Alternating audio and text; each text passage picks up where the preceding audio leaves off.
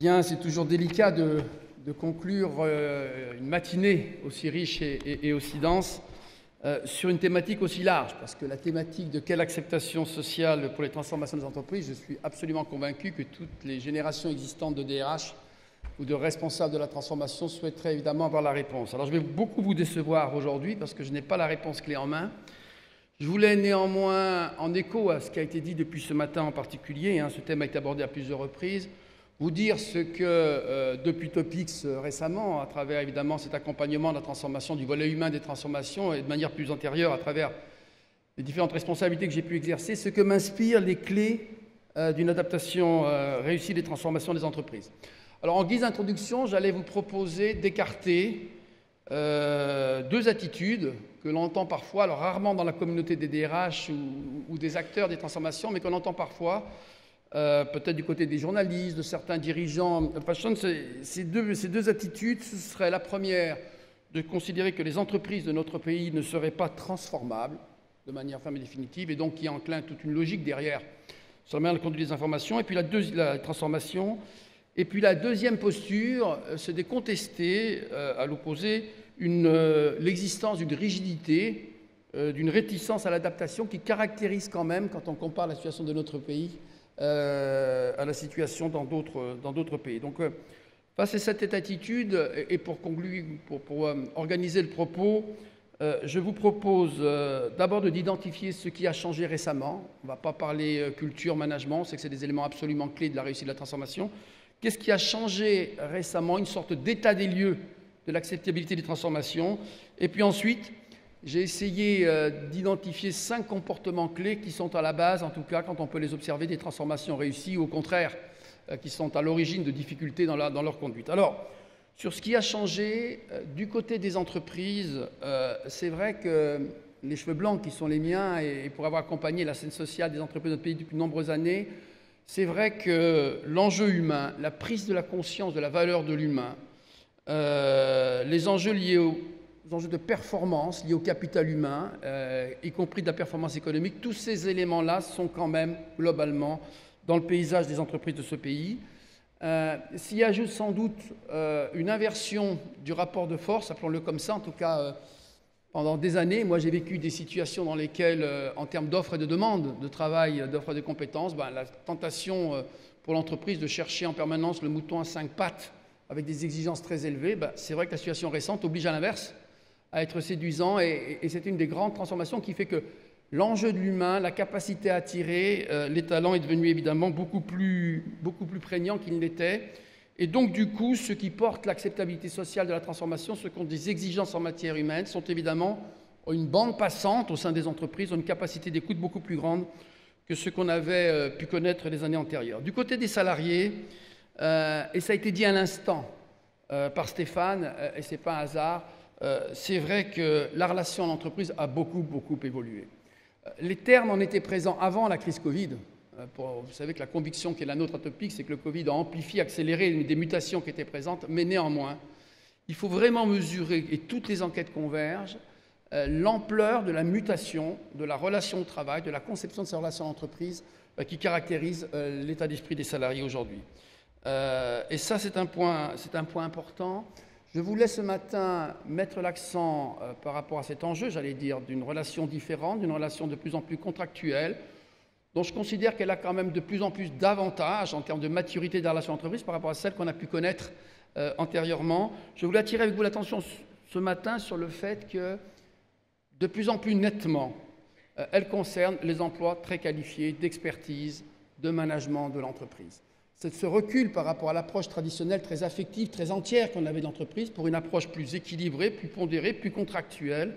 Cet élément-là, j'allais dire, il est particulièrement caractérisé dans ces niveaux d'expertise, dans ces niveaux de management de l'entreprise. Et pourquoi je le signale? Parce que quand on voit la place que l'emploi très qualifié a pris dans la mutation non seulement du marché du travail, mais dans la conduite des transformations des entreprises, je saisis toutes les occasions comme celle d'aujourd'hui pour tirer un petit peu une sonnette d'alarme. Attention, l'état d'esprit de ceux qu'on résume dans le terme de cadre, aujourd'hui est préoccupant, en particulier pour la première ligne.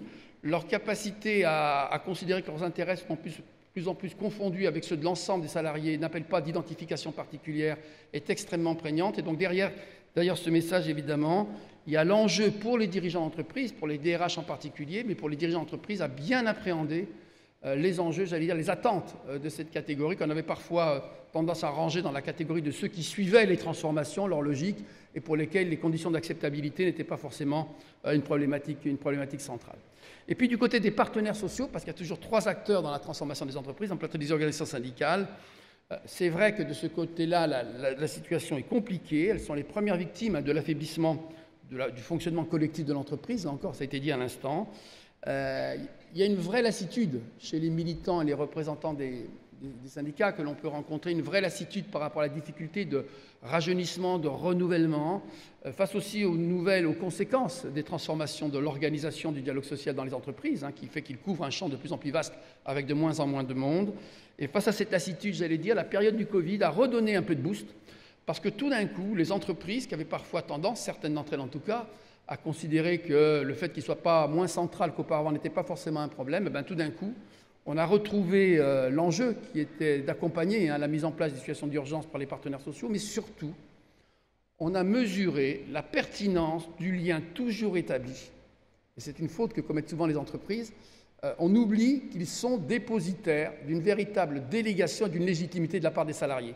Pour dire les choses autrement, les salariés sont de moins en moins inclins à rejoindre l'organisation collective syndicale. Mais les salariés sont toujours aussi attentifs à l'existence d'un accord, à la dimension de cet accord et au fait que leurs intérêts ont été correctement pris en compte à travers l'existence ou pas d'un accord. Donc, je le dis, pour l'acceptabilité sociale, le fait d'embarquer les organisations syndicales est toujours un élément aussi central du succès d'une transformation, et que l'absence des organisations syndicales ou de certaines d'entre elles dans la signature n'est pas sans conséquence sur l'acceptabilité de la transformation. Voilà un petit peu pour ce qui concerne les acteurs. Je voulais maintenant revenir aux 5 comportements gagnants, ceux qui permettent en général d'observer une aptitude, une capacité à conduire les transformations. Le premier comportement clé, il consiste à dire qu'il ne faut pas s'épuiser dans un retour à un référentiel d'avant-crise. On voit encore beaucoup d'entreprises qui sont tentées par cette analyse que l'on sait profondément erronée, consistant à dire on n'a vécu une période particulière, l'entreprise est assise sur un socle d'histoire, de pratiques, de culture qui font que le retour à la situation antérieure reste quand même l'objectif, matiné de quelques jours de télétravail pour quelques catégories de cadres ou d'experts s'entend. Cette vision-là d'entreprise, celle-là, de mon point de vue, elle ouvre le risque de graves difficultés de fonctionnement. Je le redis, il n'y aura pas de retour au monde d'avant, comme on l'appelle, ce qui ne veut pas dire qu'on définit à partir de l'analyse de la crise du Covid les conditions de fonctionnement en régime de croisière de nos entreprises. Le deuxième élément, toujours aussi présent, trop présent dans les entreprises, c'est les ravages, et j'en dis bien ravages, que produit l'instabilité organisationnelle des entreprises. Il faut dire et redire, post-Covid, que cette tentation qu'on a eue dans les années 2000-2010 de multiplier les transformations d'organisation en réponse à des problématiques de difficultés de fonctionnement ou des difficultés de marché, a conduit à une perte de repères et de crédibilité des directions d'entreprise dans la conduite des transformations absolument considérables. La première des demandes, quand on conduit une opération de M&A, quand on interroge, ce qui a été notre cas sur des très grosses opérations de M&A, avant qu'elles ne soient conclues, l'attente des futurs cadres dirigeants et cadres de l'entreprise, leur premier message, c'est de grâce, amenez-nous un petit peu de stabilité, de vision dans la durée de la stratégie d'entreprise. Donc je le redis parce que ça, c'est une clé d'avant-crise qui reste valable. L'instabilité organisationnelle est le premier facteur d'affaiblissement de la crédibilité d'une entreprise quand elle veut conduire une organisation. Le deuxième comportement gagnant, si je puis dire, que je vous propose, c'est celui de la place de la transition numérique et de la mutation du travail. En fait, notre analyse atopique, c'est que la mutation est tellement importante, tellement significative, touche toutes les fonctions d'entreprise, qu'elle constitue en elle-même le socle à partir duquel il faut construire sa stratégie de reconquête, sa stratégie de transformation. Il ne s'agit pas d'intégrer des éléments de la transformation numérique, climatique, sociétale dans le pilotage de son entreprise. Il faut construire la réponse de l'entreprise, son organisation, à partir de ces nouveaux éléments. Et quand je dis ça, évidemment, je ne dis pas qu'il ne faut pas intégrer des constantes comme la culture d'entreprise. Mais voyez-vous, l'ampleur est tellement vaste qu'aménager à la marge, amender à la marge, et l'entreprise ne permet pas d'apporter la réponse. Et je voudrais vous en donner 3 illustrations rapides. La première, c'est celle du télétravail. Le télétravail, c'est un peu le juge de paix de la capacité, de l'importance, de la qualité de l'analyse qu'a faite l'entreprise sur ces transformations. Le télétravail, on le voit beaucoup, c'est une contrainte pour beaucoup d'entreprises encore. Quelques jours de télétravail, le moins possible, si possible pas le lundi et le vendredi, parce qu'on est dans la confiance en télétravail, mais enfin, elle n'est pas illimitée. Et donc, cette vision du télétravail, j'allais dire, qu'on concède quelque part à un fonctionnement collectif, est encore très présente dans beaucoup d'entreprises, face à une demande sociale importante. À l'inverse, les turiféraires du tout télétravail qu'on a vu poindre au lendemain de la crise, qui expliquait évidemment que la productivité, grâce au télétravail, allait exploser, qu'il n'y aurait plus que du télétravail, que les sièges avaient vocation à fermer, ceux-là, évidemment, déchantent rapidement. Et voyez-vous, je veux vraiment insister, par rapport aux transformations dont on parle depuis ce matin, l'une des clés de l'acceptabilité sociale, c'est en permanence de refuser les extrêmes ou les excès de ceux qui savent, alors même que la caractéristique de ces transformations, c'est que personne n'est capable d'en définir les termes et l'aboutissement à 3 ou 4 ans. Donc en permanence, la bonne attitude, c'est celle qui a été évoquée, c'est de pointer avec la même exigence les formidables opportunités que comportent ces transformations, cette mutation du travail, mais aussi les risques, les menaces, comme ça a été dit à l'instant. Et sur le télétravail, c'est typique. Sur le télétravail, je me suis battu pendant des années pour expliquer qu'on pouvait développer le télétravail. C'était avant crise tout ça, et encore une fois, c'était en 2015 avec les partenaires sociaux, dans un rapport que j'avais remis à la ministre, qu'il fallait développer le télétravail, qu'en soi, c'était un facteur important d'agilité, de fonctionnement des entreprises et de réponse à un certain nombre d'enjeux. Mais depuis la crise Covid, je mets au moins autant d'énergie à me battre face à ceux qui prétendent qu'en soi, le télétravail, le tout télétravail serait une option pertinente. Et on voit émerger la réponse à travers le travail hybride, ça a été encore dit ce matin, c'est-à-dire comment, dans un premier temps, je considère qu'effectivement, les enjeux du collectif, que la performance a aussi une origine collective, et que ce n'est pas à travers la performance individuelle uniquement que l'on va trouver évidemment les performances de développement.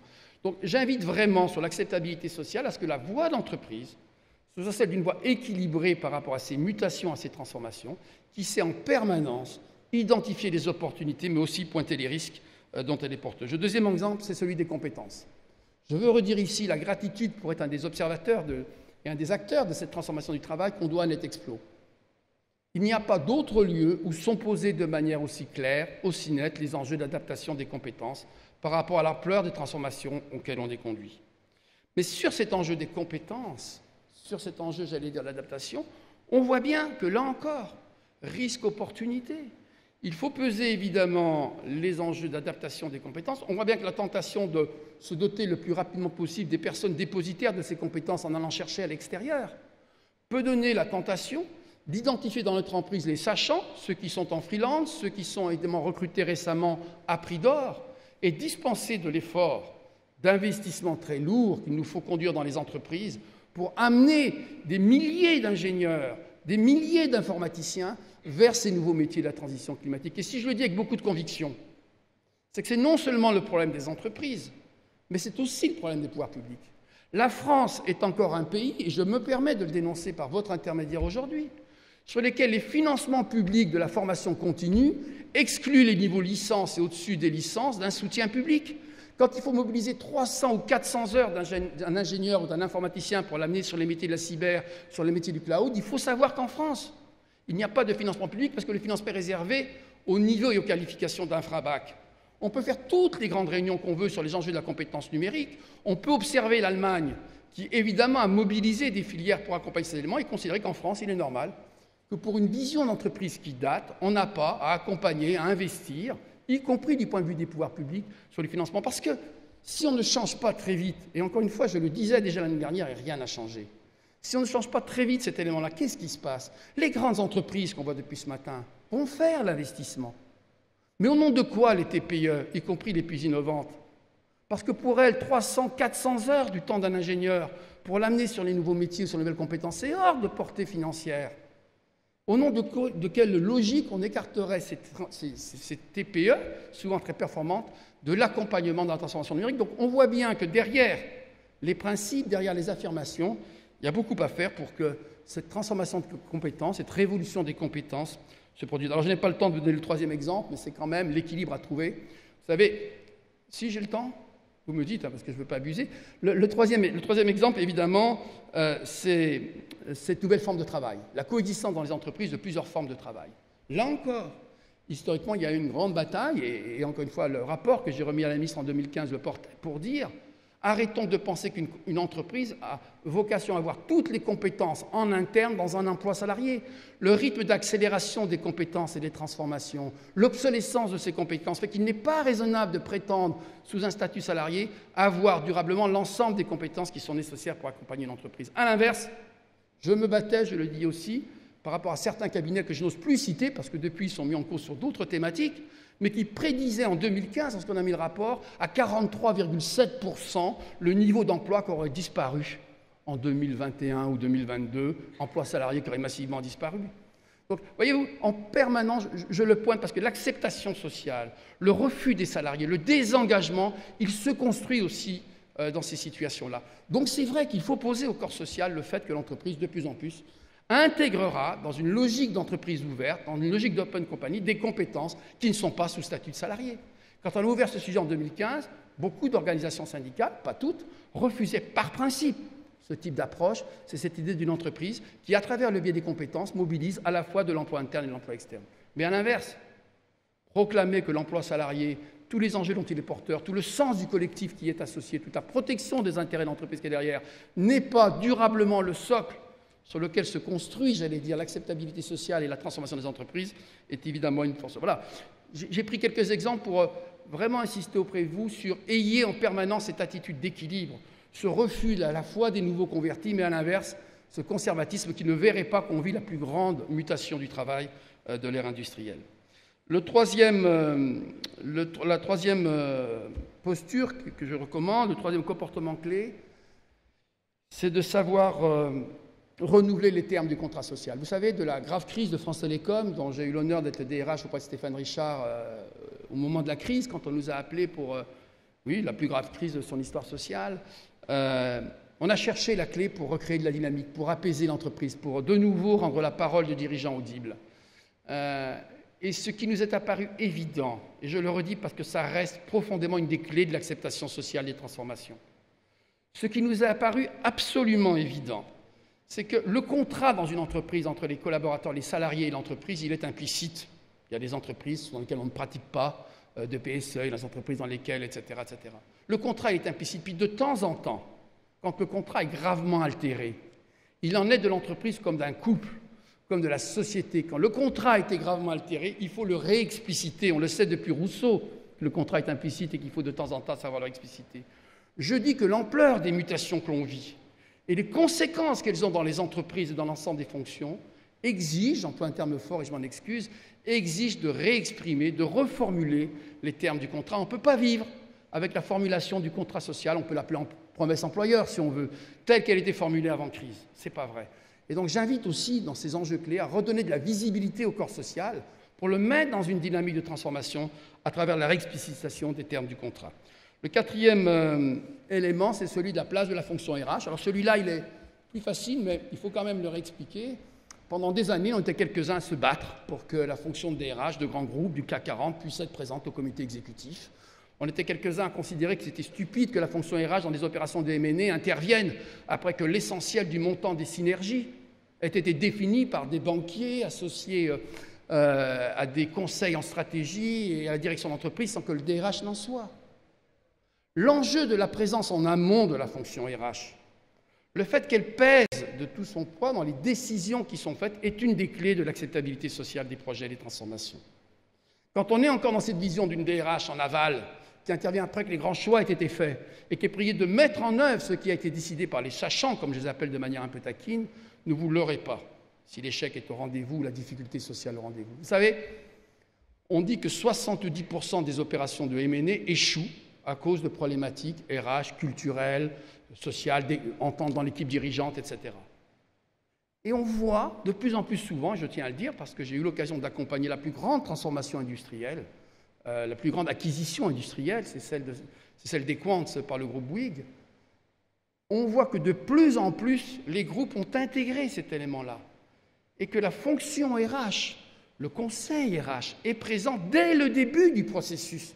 Quand on s'interroge encore sur le fait d'y aller ou pas d'y aller, on s'aperçoit que dans les opérations de fonds de private equity, de plus en plus souvent, et c'est une bonne nouvelle, il y a une vraie analyse qualitative de la qualité des équipes et des enjeux RH de la société, et j'allais dire qu'on ne découvre pas à l'issue de l'opération. Donc, la présence en amont de la dimension RH, la capacité à prendre en compte ce volet RH des transformations est évidemment une autre clé de la réussite. La cinquième et dernière clé, c'est celle de la relation au temps.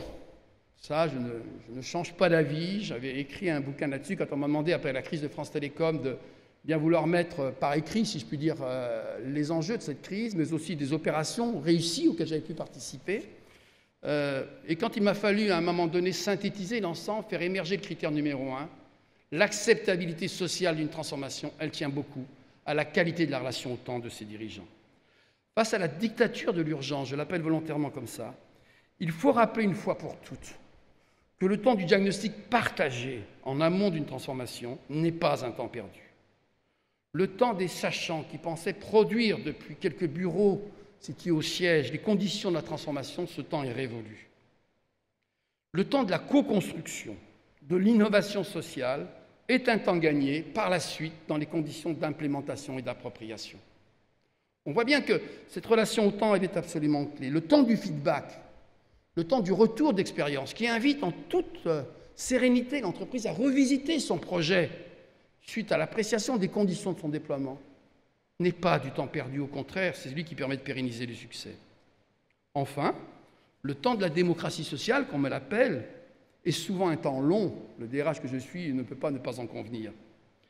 Mais s'il permet d'inscrire la transformation que l'on propose dans la délégation de confiance dont bénéficient les organisations syndicales, les représentants des salariés, alors ce n'est pas du temps perdu. Donc cette relation au temps, je le redis parce qu'on voit qu'une des caractéristiques de cette transformation numérique, c'est que les choses vont très vite, qu'on est de plus en plus dans le test and learn, mais de grâce que ces nouvelles façons de développer, ces nouvelles façons de travailler ne dispensent pas du recul nécessaire pour construire à travers des diagnostics, des conditions de déploiement des qualités, les conditions de cette acceptation. Alors, plutôt que de vous infliger je ne sais quelle conclusion théorique, je voulais vous proposer tout simplement d'essayer de répondre à la question « À quoi voit-on qu'une transformation a été acceptée socialement, sera une réussite socialement ?» Et finalement, j'ai envie de vous proposer 2 éléments de réponse. La plus simple du monde, c'est qu'une transformation est gagnée quand le chef d'équipe, avec ses mots à lui, est en situation d'expliquer le pourquoi, le sens de cette réforme, mais aussi d'expliquer la contribution de l'entité qu'il dirige à cette réforme, à cette transformation.